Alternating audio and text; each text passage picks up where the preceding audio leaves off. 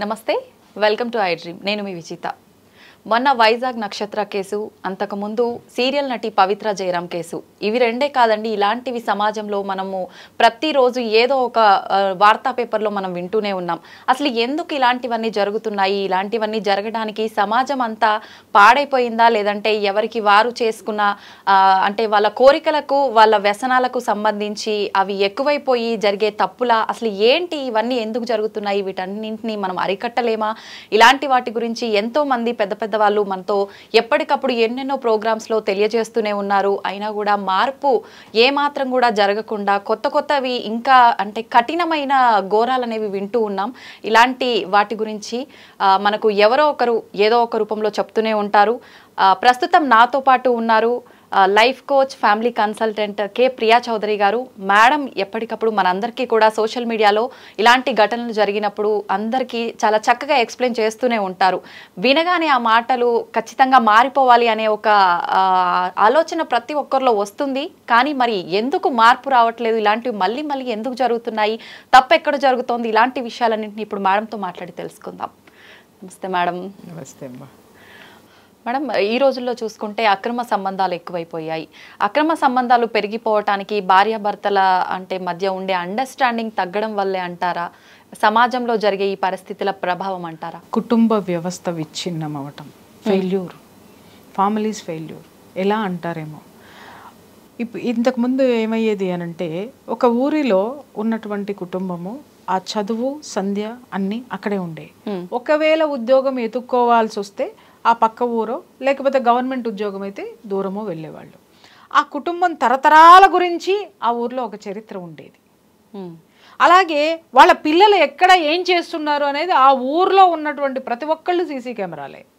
వీళ్ళు ఎక్కడ ఏం చేస్తున్నారు అరే వీడు మన పలానా రామయ్య కొడుకు కదా లేకపోతే మన సీతమ్మ మేనగోళ్ళు కదా లేకపోతే పలానా వాళ్ళు కదా అరే ఈడేంద్ర ఇక్కడ కూర్చున్నాడు ఈ పిల్లేంద్ర వాడితో సినిమాకి వెళ్తుంది ఈ పిల్లేంట్ర అట్ట మాట్లాడుతుంది లేకపోతే ఈ ఏంట్రా ఇట్లా జరుగుతున్నాయి ఇమ్మీడియట్గా ఆ వార్తలన్నీ ఇంటికి వచ్చేసేయి ఇంటి దగ్గర బడిత పూజ రెడీగా ఉండేది ఇప్పుడు ఏమైంది మనం ఎదిగాం దేంట్లో ఎదిగామంటే నేల విడిచి సాము చేయడంలో ఎదిగాం ఇంతకుముందు నేల మీద సాము చేసి పంటలు పండించి సృష్టిగా ఆరోగ్యకరమైన తిని ఆరోగ్యవంతమైన ఆలోచనలతో పడుకొని ఆరోగ్యకరంగా ఉన్న దాంట్లో సంతృప్తిగా బ్రతికేటటువంటి సిచ్యుయేషన్లో ఉన్నాం ఇప్పుడు ఏం చేసాము నేల విడిచి సాము చేస్తున్నాం అంటే ఏంటి విదేశాలకు ఎగిరిపోతున్నాము అక్కడ అవకాశాలు మనకున్నాయి లేవు అని అనట్లా మా పిల్లలు కూడా విదేశాల్లోనే ఉన్నారు కానీ నేను పెట్టిన రెస్ట్రిక్షన్ ఏంటి అనంటే మీరు చదువుల కోసం వెళ్తారా వెళ్ళండి ఉద్యోగం కోసం వెళ్తారా అది కూడా వెళ్ళండి కానీ కొంత టైం మాత్రమే పెట్టుకోండి తర్వాత మీరు వెనక్కి తిరిగి రావాల్సిందే ఈ దేశంలో ఉండాల్సిందే ఈ కుటుంబంలో ఉండాల్సిందే తల్లిదండ్రుల్ని చూసుకోవాల్సిందే తల్లిదండ్రులు కని అవతల పారేసింది నీ ఇష్టం వచ్చినట్టు బ్రతుకు నువ్వు బ్రతకమని కాదు ఇది ఒక కుటుంబ వ్యవస్థ ఈ వ్యవస్థ నుంచి నువ్వు పుట్టావు అంతేగాని ఎక్కడి నుంచి ఊడి పడలేదు నీ ఇష్టం వచ్చినట్టు బ్రతకడానికి యూ షుడ్ ఫాలో దట్ నువ్వు చేసే కంపెనీలో వాడు పెట్టే రూల్స్నే ఫాలో అవుతున్నా నువ్వు నీ దేశానికి సంబంధించిన సంస్కృతిని నీ కుటుంబ వ్యవస్థకి సంబంధించినటువంటి సంప్రదాయాల్ని ఎందుకు వదిలేస్తున్నావు ఏ రూల్ అంటే అక్కడ రూల్ కనుక క్రాస్ అయ్యాడంటే వాడు పీకేస్తాడు ఇక్కడ పీకేసేటటువంటి వ్యవస్థ లేదు కాబట్టి ఇష్టం వచ్చినటువంటి ధోరణిలోకి జనం వెళ్ళిపోతున్నారు ఇవాళ ప్రతి ఒక్కడు కూడా వెనకటికి ఎవరైనా ఆలోచించే వాళ్ళు ఏంటంటే తరతరాలు ఎలా ఉండాలి అనేటటువంటిది ఆలోచించి తరతరాలకి వాళ్ళొక వృత్తినో లేకపోతే వాళ్ళొక ఆస్తినో లేకపోతే వాళ్ళొక ఆ కుటుంబానికి సంబంధించినటువంటి ఒక మంచి వృత్తిని వాళ్ళు వదిలేసి వెళ్ళేవాళ్ళు బట్ ఇప్పుడు ఏమవుతుందంటే తరాలు తనం గడవడం మానేసేసి దినం గడిస్తే చాలు అనేటటువంటి సిచ్యుయేషన్కి ఈరోజు జనం వచ్చేసారు సో ఈ రోజుదేంటో ఈ రోజే భవిష్యత్తు ఎవడికి కావాలి ఇవాళ అదే భవిష్యత్తు ఎవడికి కావాలి అనంటే విశ్వం కూడా నీ భవిష్యత్తు ఎవడికి కావాలిరా అని కంపెనీలో నుంచి ఏ ఉద్యోగం ఎప్పుడు పీకుతారో తెలియదు గవర్నమెంట్ ఉద్యోగం అంటే ఒకప్పుడు ఇప్పుడు చాలా దాని ఏమంటారు లీస్ట్ క్యాడర్లో తీసుకుంటున్నారు కానీ వాడంత అదృష్టవంతుడు ప్రపంచంలో లేడు నేను ఫీల్ అవుతాను అది వాళ్ళు కూడా ఫీల్ అవుతున్నారో లేదో నాకైతే తెలియదు రెండోది ఏంటి అనంటే డబ్బు ఇవాళ కొంతకాలం వెనక్కి వెళ్ళి చూస్తే ఏమవుతుందంటే ఊర్లో ఎవరో కామందికి ఒక కారు ఉండేది ఊరు మొత్తానికి కలిపితే ఓ ఫోన్ ఉండేది ఇవాళ పసిపిల్లలకు కూడా ఫోన్లు వచ్చేసినాయి పిల్లల్ని స్కూల్కి పంపడానికి కూడా స్పెషల్ కార్లు వచ్చేసినాయి ఇవాళ ఒకప్పుడు నేను మా ఇంటికి వెళ్ళాలి అని అంటే 2-3 కార్లు ఉండేయేమో. ఇప్పుడు వెళ్ళాలి అని అంటే నా కారు వెళ్ళడానికి అసలు అక్కడ ప్లేస్ లేదు. ఎందుకంటే కారు పార్కింగ్లకి అయితే ప్లేస్లు ఉండవు, కానీ కార్లు మాత్రం రోడ్డు మీద ఉంటాయి. కారు పెట్టుకునే పార్కింగ్ ప్లేస్ వాడికి ఉండదు, కానీ కారు మాత్రం వాడికి ఉంటుంది. అవన్నీ రోడ్ల మీదే ఉంటాయి. ఇటున్నాడికి ఉంటుంది, ఇంటాడికి ఉంటుంది. ఆ ఉన్నది 30 గజాల రోడ్లో ఈ 2 కార్లు పెడితే సైకిల్ కూడా పట్టదు. వెళ్ళేటానికి ఎంత ఇబ్బందులు ఉన్నాయి, ఎన్ని ఇబ్బందులు ఉన్నాయి. సరే, ఆ కారు ఏమన్నా డబ్బులు సంపాదించి కొనుక్కున్నాడు. ఇదివరకు కారు డబ్బులు మొత్తం ఇస్తే కానీ కారు ఇంటికి వచ్చేది కాదు. ఇప్పుడేంటి, 0 డౌన్ పేమెంట్ మీరు తీసుకెళ్ళిపోండి చాలు. వాడికి వచ్చేది 40,000 జీతం అయితే వాడికి ఉండే క్రెడిట్ కార్డు వాల్యూ ఎంత, 2 లక్షలు. అంటే సంపాదించే జీతం కంటే 5 రెట్లు వాడు ఖర్చు చేస్తాడు. ఖర్చు కాదమ్మా, వాడు సంకరాకిపోయాడు అన్నమాట. అప్పు కాదు, ఇంక వాడి మనశ్శాంతి లేదు.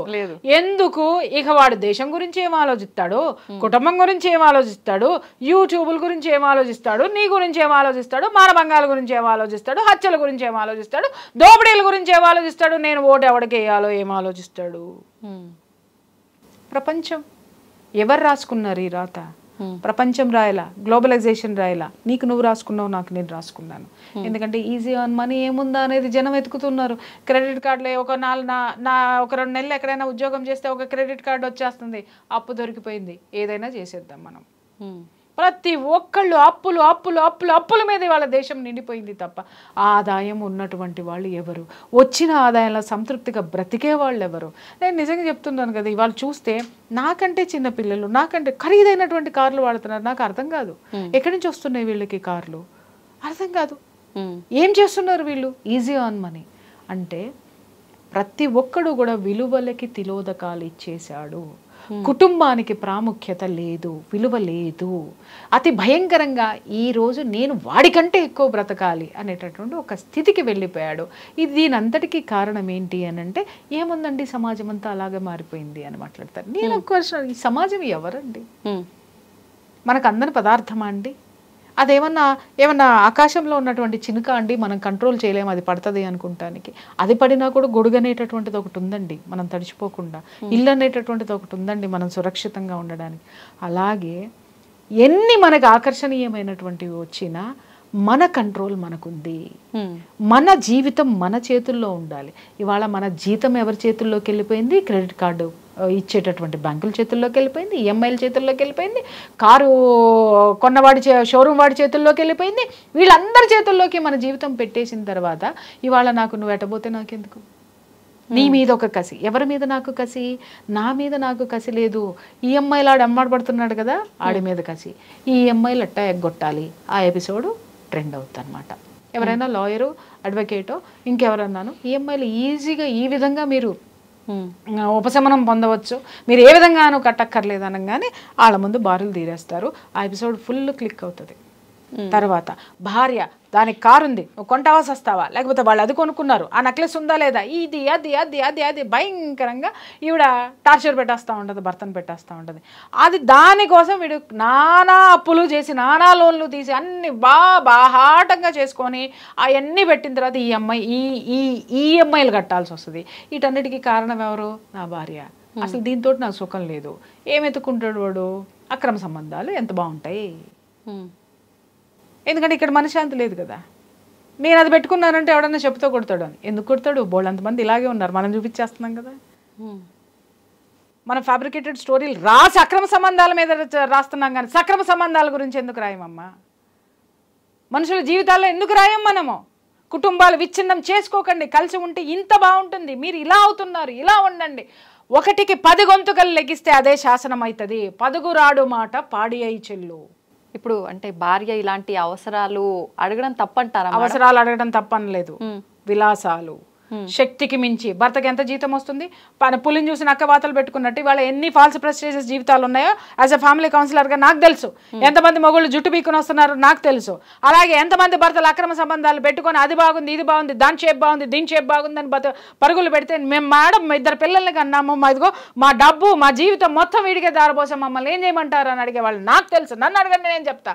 సమాజం అంటే ఏంటో నేను కూడా చూశాను, నేను మాత్రమే చూశాను. ఇప్పుడు మాట్లాడేటటువంటి వాళ్ళలో చాలా వరకు కూడాను కాబట్టే నేను ప్రతిదీ కూడా ఏ ఇష్యూ జరిగినా కూడా నేను కుటుంబానికి ఎందుకు ముడిపెడతాను, ఏ ఇష్యూ జరిగినా సమాజానికి ఎందుకు ముడిపెడతానంటే ఆ సమాజం బాగుంటేనే మన కుటుంబంలో మనం బాగుంటాము, మన కుటుంబాలన్నీ బాగుంటేనే సమాజం బాగుంటుంది.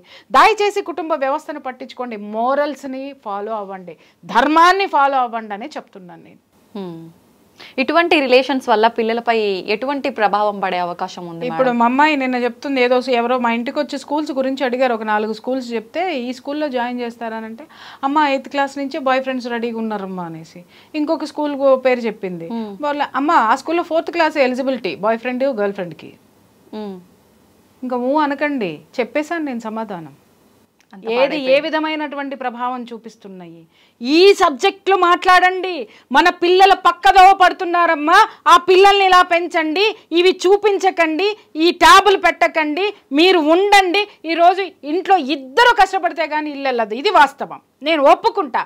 కానీ మన బిడ్డలకి ఇచ్చి ఏదో ఒక సామెత ఉంటుంది కదా, ఈనగాసి కుక్కలకి పోసినట్టుగా మనం ఇంత సంపాదించి చివరికి మన పిల్లలు మన దారిలో లేకుండా అడ్డదారుల్లోకి పోతే వాళ్ళని తిరిగి దారిలోకి తెచ్చుకోవడానికి మన సంపాదన మొత్తం థెరపిస్టులకో లేకపోతే ఇంకొక ఇష్టలకో నాలాంటి కౌన్సిలర్లకో పోసి పోసి పోసి పోసి ఇంట్లో తల్లిదండ్రులు మించిన కౌన్సిలర్స్ లేరు, తల్లిదండ్రులు మించిన థెరపిస్టులు లేరు, బంధువుల్ని మించినటువంటి థెరపిస్టులు అంతకంటే లేరు. వీళ్ళని మనం వదిలేసేసి నేల విడిచి సామన్నాను ఇందాక, అందుకే మన యొక్క కుటుంబ బంధాలని వదిలేసాము, సామాజిక బాధ్యతల్ని వదిలేసాము, దేశం పట్ల మనకు ఉండాల్సినటువంటి ప్రేమని గౌరవాన్ని భక్తిని వదిలేసాము. కాబట్టి ఇవాళ ఇవన్నీ మనం, ఎందుకంటే ఏ రాజకీయ నాయకుడు ఏది తెచ్చినెత్తినేసినా కూడా అదేంటో తెలియకుండా దాన్ని యాక్సెప్ట్ చేయాల్సిన దుర్గతిలో మనం ఎందుకున్నామంటే మన గురించి మనం ఆలోచించేటటువంటి స్థితిని స్థాయిని దాటిపోయాం. కాబట్టి మేడం మీరు అన్నారు విలాసాల వల్ల భార్యాభర్తల మధ్య తగాదాలు వచ్చి ఇట్లాంటి తప్పుడు మార్గాలకి దారి తీస్తుంది అని చెప్పి, విలాసాలు ఒక్కటే రీజన్ అని ఎందుకు అనొచ్చు మేడం? నేనంటాను భార్యాభర్తల మధ్య అండర్స్టాండింగ్ ప్రేమ లేకపోవడం వల్ల కూడా జరుగుతుంది అని చెప్పి. ఎక్కడి నుంచి రావాలి అండర్స్టాండింగ్ ప్రేమ? పోనీ మీరు చెప్పండి. ఇప్పటివరకు ఇన్ని సంవత్సరాలు ఇన్ని ఎపిసోడ్లు నేను చెప్పాను కదా, మీరు కూడా కొంతకాలం ప్రయాణం చేశారు కదా, ఎక్కడి నుంచి రావాలి ప్రేమ, అనురాగం, ఆప్యాయత? చాలా మందిని చూస్తుంటాం కదా మేడం, భార్యాభర్తలు ఇద్దరు అంటే ఎవరి పాటికి వెళ్ళామా వచ్చామా అన్నట్టుగా. మిమ్మల్ని అడిగిన ప్రశ్న, భార్యాభర్తలు ఉంటే ఇవన్నీ రావు కదా అన్నారు. ప్రేమ ఎలా పెంపొందించుకోవాలి యాజ్ యంగెస్ట్ పర్సనాలిటీ? అంటే ఒకరి అభిప్రాయాలు ఒకరు అర్థం చేసుకోవాలి. ఎందుకు అర్థం చేసుకోవాలి, ఎలా అర్థం చేసుకోవాలి, ఇదే క్వశ్చన్. చెప్పండి, మీరు చెప్తే బాగుంటది. అలా కాదు, నీకేం అర్థమైందో నాకు తెలియాలి. నా అభిప్రాయం మాత్రమే నేను చెప్తున్నాను. ఎవరికి వాళ్ళకి ఏంటంటే ఎదుటాలని ఒక క్వశ్చన్ వేసేసి ఒక అరుపు అరిసేసేసి నాది నా ఇష్టం వచ్చినట్టు బతికేస్తే నా జీవితం వెళ్ళిపోతుంది. ఈ సమాజంలో ఎవడేమన్నా మాట్లాడితే ఎవడు అడిగేటోడు లేడు కాబట్టి నేను దూసుకుని వెళ్ళిపోతాను అనేటటువంటి తత్వంలో, ఫాల్స్ థింకింగ్ లో జనం ఉన్నారు. మీరు అన్నారు అదే కదా మేము చెబుతున్నాం, బాగుండండి అమ్మా, ఒకళ్ళ అభిప్రాయాలను ఒకళ్ళు గౌరవించుకోండి అమ్మా, ఒకళ్ళ ప్రొఫెషన్లో ఒకళ్ళ హెల్ప్ చేసుకోండి అమ్మా, హెల్ప్ చేసుకోకపోయారు అపార్థాలు చేసుకోకుండా ఉండండి అమ్మా, ఇవే కదమ్మా మేము చెప్తున్నాము. ఎందుకు ఉండట్లేదండి వాళ్ళతోటి అనంటే, ఇక్కడ ఉన్నటువంటి మాధ్యమాలు కానీ దేశం యొక్క పరిస్థితులు కానీ ఎంకరేజ్ చేసేటటువంటి తత్వాలు కానీ ఈరోజు కోకొల్లలుగా పెరిగిపోయిన తర్వాత మా వాయిస్లు తక్కువ ఉన్నాయి. నేను అదే చెప్తున్నా, ఇంకా పెరగాలి పెరగాలి పెరగాలి పెరగాలి. పదుగురాడి మాట పాడేయజల్లి. ఎవరిని చూసినా ఇదే మాట్లాడుతున్నారు. కుటుంబం లేకపోతే మనం నాశనం అవుతాము, కుటుంబ బంధాలు లేకపోతే మనం నాశనం అవుతాం, సమాజంలో మన బాధ్యతను సక్రమంగా నిర్వర్తించకపోతే మనం సమాజం నుంచి వెలివేయబడతాము, దేశం పట్ల ప్రేమ లేకపోతే రేపొద్దున అవతల దేశం వాడు తన్ని తరిమేస్తే ఇవాళ అనుకుంటున్నారు నాకు దేశం యొక్క పౌరసత్వం ఉంది అనుకుంటున్నారు. నేను చెప్తున్నా, ఇవాళ చాలామంది మన స్టూడెంట్స్ మీద అఘాయిత్యాలు జరుగుతున్నాయి. విదేశాల్లో ఉన్నాడు, ఎందుకు అఘాయిత్యాలు జరుగుతున్నాయి చెప్పండి? అరే వీడు ఏ దేశం నుంచో వచ్చి నా దేశంలో ఉండి నాకంటే ఎక్కువ సంపాదిస్తున్నాడు వీడు, నా దేశంలో ఉండి నాకు ఆపర్చునిటీస్ లేకుండా చేస్తున్నాడు వీడు అనే ఒక కసి. ఈ కసి రేపొద్దు నువ్వు పౌరసత్వం తెచ్చుకున్నా ఉంటుంది, ఇంకొకటి తెచ్చుకున్నా ఉంటుంది. వాడి దేశంలో వాడి స్థాన బలం భయంకరంగా ఉంటుంది. తిరిగి నువ్వు నీ దేశానికి రావాలంటే నీ ఉనికి ఎక్కడా? భవిష్యత్తు మేము ఆలోచించాం కాబట్టి మాట్లాడుతున్నామమ్మా. ఆ భవిష్యత్తును ఆలోచించి మాట్లాడండి. ఎవడేది పడితే నా ఇష్టం వచ్చినట్టు మాట్లాడతాను, నా ఇష్టం వచ్చినట్టు చేస్తాను అని అంటే, ఇప్పుడు మీరు అనొచ్చు మీరు మీ ఇష్టం వచ్చినట్టు మాట్లాడుతున్నారు, నేను నా ఇష్టం వచ్చినట్టు మాట్లాడట్లా, నేను జనం నుంచి తీసుకున్న సబ్జెక్టే మాట్లాడుతున్నాను. కాబట్టి ఇన్ని సంవత్సరాలు నేను ఇంత హుందాగా ఉండగలిగాను, ఈ స్థితిలో నేను ఉండగలిగాను అని అంటే కేవలం జనం వాక్కు మాత్రమే నా దగ్గర నుంచి వస్తుంది. జనం కోరుకుంటున్నది ఇది. నేను ఏది మాట్లాడుతున్నానో జనం కోరుకుంటున్నది అది ఆలోచించండి. జనం ఎలా లేరు, ఇలా ఉన్నారు. నా వాక్కు ద్వారా ఉన్నారు, నాలాంటి వాళ్ళు మాట్లాడే వాక్కు ద్వారా కూడా ఉన్నారు తప్ప మీరు అనుకునే నేరాలు ఘోరాల్లో జనం ఉండడానికి ఇష్టపడట్లేదు. మీరు అనుకునేటటువంటి పెడతోవలు పట్టడానికి ఇష్టపడట్లేదు. వాళ్ళు అటువైపు మౌల్ చేయబడుతున్నారు. వాళ్ళని లాక్కొచ్చే బాధ్యత మనది. వాళ్ళని సక్రమమైనటువంటి మార్గంలో పెట్టే బాధ్యత నీది, నాది, మీడియాది, ప్రతి ఒక్కళ్ళది అని కూడా చెప్తున్నాను నేను. మేడం ఒక క్వశ్చన్ అడగొచ్చా? చెప్పండి. తప్పుగా అనుకోరు కదా? పర్వాలేదు, చెప్పండి. అంటే ఎక్కువగా అబ్బాయిలకి ఫేవర్గా మాట్లాడతారు ప్రియా చౌదరి గారు, ఎందుకు అమ్మాయిలకు సపోర్ట్ చేసినట్టుగా మాట్లాడరు అని చెప్పి నేను 1-2 సార్లు విన్నా. మాట్లాడే వాళ్ళు నా ఎన్ని ఎపిసోడ్స్ చూసారో ఒకసారి చెప్పమను. కనీసం నేను ఒక 2000 ఎపిసోడ్లు చేసి. అవును అవును. వీళ్ళు ఎన్ని ఎపిసోడ్స్ చూశారు, ఏది తీసుకున్నారు, ఆ ఎపిసోడ్స్ మొత్తం పట్టుకురమ్మను. అన్నీ చూసి మాట్లాడమను. నేను నా గళం విప్పిందే ఉమెన్ కోసము. ఇవాళ మగవాడి ఫేవర్ నేను ఎందుకు మాట్లాడుతున్నానంటే కుటుంబంలో వాడు కూడా ఒకడే. అవును. వాడు సరిగ్గా ఉంటేనే, వాడిని కూడా పట్టించుకుంటేనే ఈమె సుఖంగా ఉంటుంది. వాడు మనిషి కాదా? వాళ్ళకి బాధలు ఉండవా? వాళ్ళకి కష్టాలు ఉండవా? ఇంకో ఐఎమ్ నాట్ ఎ ఫెమినిస్ట్ అండి. ఫెమినిజం అంటే ఏంటి? నన్ను నేను బలపరుచుకోవడం, ఏం చేసినా బలపరుచుకోవడం కాదు. దయచేసి నేను చెప్తున్నా, నేను చేసేటటువంటి నా యాటిట్యూడ్ని కానీ అది కూడా సమాజంలో నేను ఏ విధంగా ఎదగాలనుకున్నా నన్ను నేను బలపరుచుకోవడము అంతే తప్ప నేను ఏం చేసినా నన్ను నేను బలపరిచేసుకుని నేను యాంటీ సోషల్గా వెళ్ళిపోయి ఆ జనాలందరినీ తిట్టేసి విచ్చలవిడితనంగా డబ్బా వేసుకొని విచ్చలవిడితనంగా తిరిగేసేసి నన్ను నేను that is not called feminism. అదైందా? ఇలా నీ దగ్గరికి ఎవరైనా వస్తే దయచేసి నా దగ్గరికి పంపించు. వాళ్ళు ఎన్ని ఎపిసోడ్లు చూసారో అవన్నీ పట్టుకురమ్మని చెప్పండి. నేను విమెన్ గురించి ఎన్ని మాట్లాడానో నేను చూపిస్తా. మీకు ఒక విషయం తెలుసా? నాకు ఎంతమంది నా దగ్గరికి వచ్చే ప్రతి క్లయింట్లో 10 మంది క్లయింట్లో 8 మంది విమెన్ ఉంటారు. ఎందుకుంటారో చెప్పమంటారా? మేడం, మీరు మాట్లాడినటువంటి కథ నాదే, ఆ కన్నీళ్లు నావే, మీరు చెప్పింది నాదే కథ, కానీ మీ దగ్గరికి ఎందుకు వచ్చానో చెప్పమంటారా మేడం? మీరు కరెక్ట్గా మాట్లాడతారు. ఒకవేళ నా సంసారంలో నేను తప్పు చేసినా నాది నేను సరిదిద్దుకోవడం కోసం నేను మీ దగ్గరకు వస్తున్నానని చెప్పేసి అని మాట్లాడతారు. మగవాళ్ళు నాకేమన్నా ఫ్రెండ్సా? నీకు విషయం తెలిసావా? నా జీవితంలో ఏ మగాడు లేడు, ఏ మగాడు ఫ్రెండు లేడు. వాస్తవం చెప్తున్నా. నా చుట్టూ ఉన్న వాళ్ళందరూ వాళ్ళే, కానీ మంచి ఆత్మీయత అయితే మాత్రం నాకు ప్రతి ఒక్కళ్ళ దాంట్లో ఉంది. ఇంకొకటి చెప్పనా, నాకు నిజంగా చాలా ఈ విధంగా నేను ఎప్పుడైనా కొంచెం డల్గా అయిపోయినా లేకపోతే ఏదైనా నన్ను ఎత్తుకుని మోసేదంతా నా చుట్టూ ఉన్న నా ఫ్రెండ్స్ ఆడవాళ్ళేనమ్మా, ఉమెనే ఉన్నారు. ఇంకొకటి, ఉమెన్ ఆదరించకపోతే నేను ఇక్కడ ఇంతకాలం నేను ఎలా ఉంటాను? నా ఆఫీస్కి వస్తే మీకు కనిపించే వాళ్ళందరూ ఆడవాళ్లే కనిపిస్తారు, మగవాళ్ళు ఎవరు చాలా తక్కువ మంది ఉంటారు మొత్తం. కానీ మాట్లాడేటప్పుడు ఇందాక అదే చెప్తున్నా, సమగ్రమైనటువంటి సమాచారం పెట్టుకొని మాట్లాడమని చెప్పండి. కాకపోతే ఇక్కడ ఏమైందంటే మగవాళ్ళ యొక్క బాధల్ని నేను చెప్పినప్పుడు నా వీడియోస్ బాగా వైరల్ చేసుకున్నారు, వాళ్ళు స్టేటస్లు పెట్టుకున్నారు, వాళ్ళు పక్క వాళ్ళకి పంపించారు, అన్నీ జరిగాయి. కాబట్టి నేను ఆ విధంగా ఫేమ్ అయి ఉండొచ్చు. కానీ ఆడవాళ్ళ కన్నీళ్ళని నేను చెప్పినంత పులందేవి గురించి ఫేవర్గా మాట్లాడా, సిల్క్ స్మిత గురించి చెప్పేటప్పుడు ఫేవర్గా మాట్లాడా. ఇలాంటి చాలా మంది మొదట్లో నన్ను అనేవాళ్ళు, ఈవిడేంటి అన్ని నెగిటివ్ క్యారెక్టర్స్ తీసుకుని మాట్లాడుతుంది అని. వాళ్ళ అసలు క్యారెక్టర్లు ఏంటో చెప్పిన దాన్ని నేను కావాలంటే ఎత్తుక్కోమని చెప్పి వీళ్ళకి ఓపిక ఉంటాయి ఎపిసోడ్స్కి. ఆ 4 ఏళ్ల కిందటి 5 ఏళ్ల కిందట వెళ్ళి ఎత్తుక్కొని మాట్లాడమని చెప్పండి. అంటే రియల్గా మీకు తెలిసిన స్టోరీస్ మీరు చెప్పారా మేడం? ఎగ్జాక్ట్లీ. Okay okay. ఇప్పుడు పూలందేవి అంటే ఎవరు? బందిపూటు ఒక బండెట్ క్వీన్, వాళ్ళని చంపేసింది, వీళ్ళని చంపేసింది, ఆవిడ మీద ఇన్నాగా. What is Phoolan Devi? Silk Smitha ఉంది, బట్టలు కూడా తీసుకుని తిరుగుతుంది, ఏ ఆడది ఇష్టపడదు, కానీ బిహైండ్ దట్ ఆవిడ చరిత్ర ఏంటి? ఆమె ఏంటి? ఆమె ఎందుకు అట్లా చచ్చిపోవాల్సి వచ్చింది? ఆమె పాట అంటే ఉర్రూతలోకి పోయే జనాలు ఉన్నారు. ఎందుకు అమ్మాయి అంత దిక్కులేని చావాల్సి వచ్చింది ఒక మగాడి మోసం వల్ల? ఇవన్నీ మాట్లాడానే నేను. అవన్నీ పాపం మరి ఈ మహిళా మండలికి లేకపోతే మీకు కంప్లైంట్ చేసిన వాళ్ళకి కనపడలేదమ్మా, ఒకసారి వెతుక్కోమని చెప్పమ్మా, వెతుక్కొని మాట్లాడమని చెప్పు. ఆడదాని కన్నీటి గురించి మాట్లాడినటువంటి ఎపిసోడ్స్ ఎక్కువ ఉన్నాయి అని అంటే నావే, ఖచ్చితంగా నావే. మిగిలిన వాళ్ళందరివి ఉన్నాయి, లేవని నేను అనట్లా, నాకంటే ముందు ఉన్న వాళ్ళు కాబట్టి ఉన్నాయి. బట్ సోషల్ మీడియాలో ఒక ఇన్ఫ్లుయెన్స్ క్రియేట్ చేసింది మాత్రం నా ఎపిసోడ్సే. ఎందుకు అంటే అవి నేను విన్నవి, నేను చూసినవి, నేను సాల్వ్ చేసినవి, సాల్వ్ చేయలేనివి కూడా నేను మాట్లాడాను. నేను ఎన్నో నేను జనం నుంచి తీసుకున్నవి కాబట్టే జనానికి కనెక్ట్ అయినాయి తప్ప నేను పుస్తకాలు చదువుకుని వచ్చో లేకపోతే ఎవడో రాసిచ్చిన కథలు చెప్పో నేను రాసి నేను ఫేమ్ కాలేదు. ఈరోజు మీరు అడిగితే ఏ ప్రశ్నకైనా సమాధానం చెప్పగలను అంటే నాకు వచ్చిన వాటికే నేను సమాధానం చెప్తాను, స్ట్రాంగ్గా చెప్తా, నేను నమ్మింది చెప్తా. Thank you madam, thank you very much. Thank you.